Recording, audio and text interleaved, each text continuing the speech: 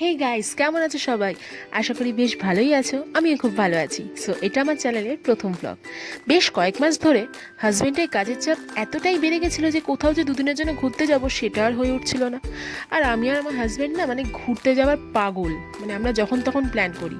তো তাই হঠাৎ কাজের প্রেশারটা একটু কম হওয়াতে ঠিক করলাম বাইক নিয়ে দুজন মিলে বেরিয়ে পড়ি দীঘার উদ্দেশ্যে।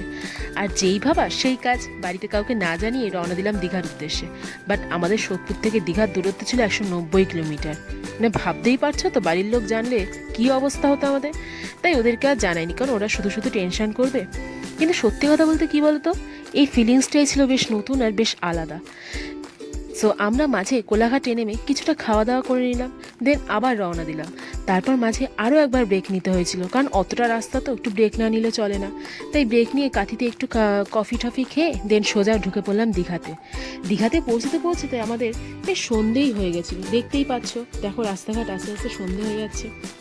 তো আমরা দীঘাতে ঢুকে পড়লাম, দেন আমরা হোটেল আগে থেকেই আমাদের বুক করা ছিল। সো গিয়ে জাস্ট হোটেলে চেক ইন করলাম, চেক ইন করে আমরা একটু রেস্ট টেস্ট নেবো।